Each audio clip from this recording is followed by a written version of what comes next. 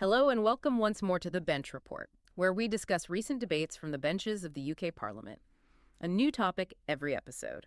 You're listening to Amy and Ivan. We've been looking through the official transcript you sent us from the second reading debate of the Railways Bill from December 9, 2025.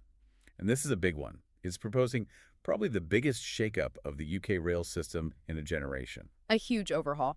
So let's start with the government's main case. The Secretary of State for Transport really didn't mince words, saying the railway currently symbolizes years of dysfunction.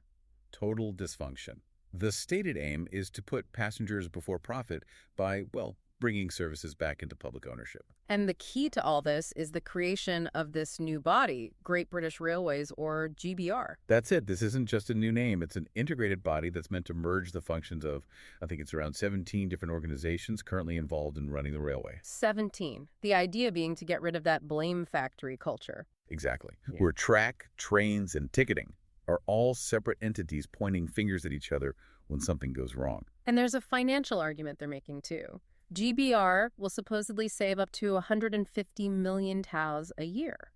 That figure is key. That money, it's essentially what's being spent now just to manage the complexity.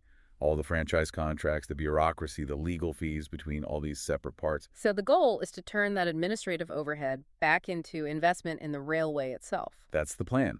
They're also pointing to some early wins to build confidence. Things they've already delivered, like freezing rail fares for the first time in 30 years. And expanding the pay-as-you-go contactless ticketing systems.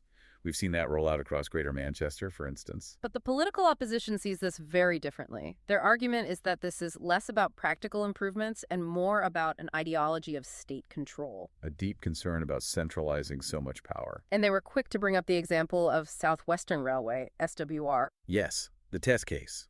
It was brought into public ownership earlier this year, ahead of the main bill. And critics on the floor immediately pointed out that its performance, it got worse.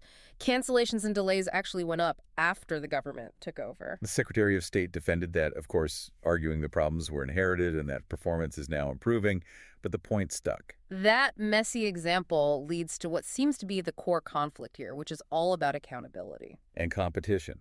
This bill transfers quite a lot of power from the independent regulator, the Office of Rail and Road, the ORR, directly to this new body, GBR. Why is that transfer so controversial? Because the ORR has always been the impartial referee.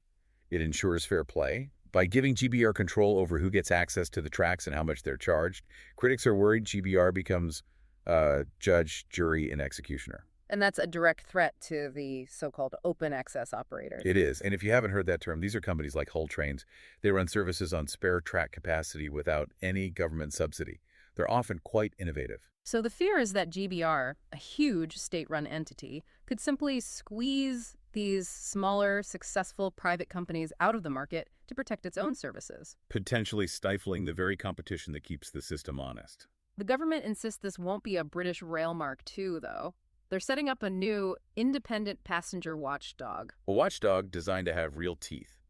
It'll set tough standards, monitor the passenger experience, and investigate problems completely separately from GBR. And it will have plenty to investigate. Members in the debate brought up some very ground-level problems. They did. Things like the glacial pace of installing step-free access at stations across the north.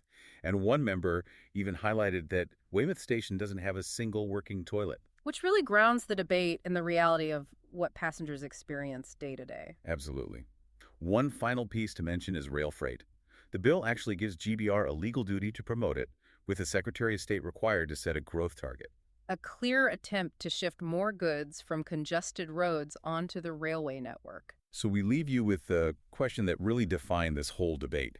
Is Great British Railways the solution to decades of fragmentation, offering simplicity and public control? Or is it a centralized monolith that could crush competition and just shift the entire financial risk onto the taxpayer? As always, find us on social media at Bench Report UK.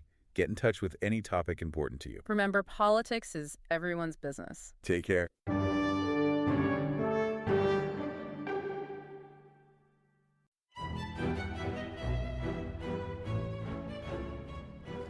Hello there. This is Tom, the producer of The Bench Report. Listener suggestions are vital to my mission of making politics more accessible and accountable. So, if you have an issue that's really important to you, personally or professionally and want to know what those in power are doing about it, please get in touch via email or via our socials at Bench Report UK. I'll grab another coffee and start scanning those parliamentary archives.